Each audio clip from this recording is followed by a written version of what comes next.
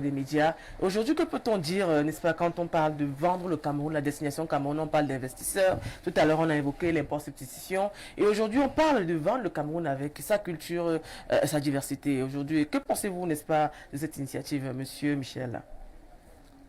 Alors, tout comme les autres projets d'ordre social que nous avons vus là tout à l'heure, je pense qu'on va continuer de saluer le courage de cette dame qui s'investit de ce côté-là, vendre l'image du Cameroun. Et je pense personnellement que il faudrait aussi qu'on pense à vendre le Cameroun, l'image du Cameroun aux Camerounais également. Parce que, visiblement, il y a énormément de ressources, que ce soit sur la culture, que ce soit sur le paysage du Cameroun. Il y a énormément de choses à faire et à découvrir, et ça peut aussi être une source de création d'emplois pour les jeunes.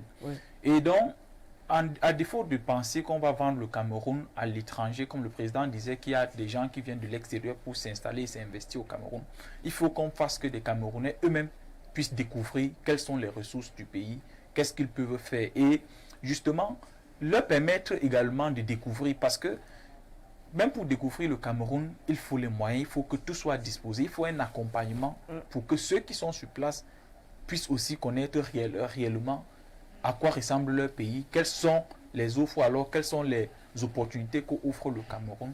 Donc, je pense qu'il faut que ce travail commence tout d'abord au niveau local avec le ministère du Tourisme, que le projet ne soit toujours pas également placé sur les débats télé ou à des conférences comme on a dit là.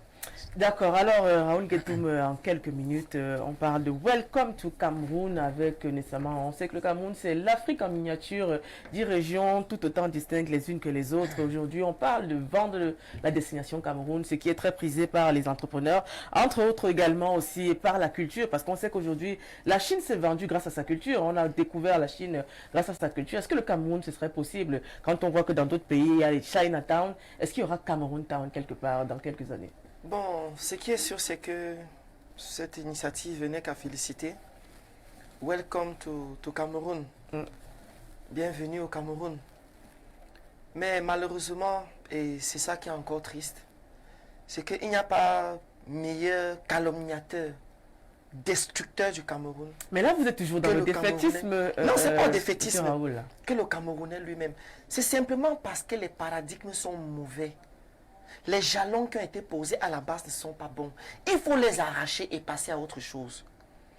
Comment peux-tu m'expliquer, Odile, que dans un pays comme le Cameroun, vous avez eu Manu Dibango, vous avez Francis Ngannou, vous avez Samuel Eto'o, Richard Bona, c'est vous. On cite encore qui? Bonjao là, c'est vous. Les grands scientifiques, ce n'est que vous. Et jusqu'à présent, on n'a pas encore réussi à capitaliser, ne serait-ce que le nom de ceux-là. La première chose qu'on fait, c'est qu'on les dénigre et on les détruit. Comme s'il y avait une volonté manifeste de ne pas faire évoluer le pays. D'ailleurs, même les noms des pères de l'indépendance du Cameroun, les Oumniobe, Wandji et consorts, c'est à peine si on en parle même dans notre programme scolaire. Qu'est-ce qui passe à la télévision, Odine? Qu'est-ce qu'on nous vend à la télé? Un jeune Camerounais se sent mieux quand il a porté le drapeau des États-Unis. Hein. Regardez les casquettes. C'est New York City, c'est machin. Tu as vu Yaoundé City quelque part?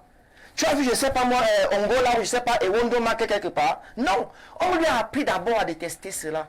Donc cette initiative ne peut être que la bienvenue. Dans le sens où cela doit formater les mentalités pour installer la mentalité qui sied. Par exemple, à l'école.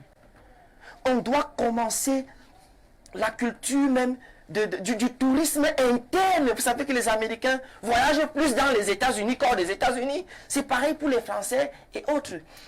Il faut déjà que ça se vende à l'école, que ça se fabrique, que ça se cultive et que nos cultures soient effectivement valorisées. Si aujourd'hui on te dit que le Ndop ou le Togo sont les vêtements camerounais qu'on connaît à l'extérieur, c'est devenu notre identité.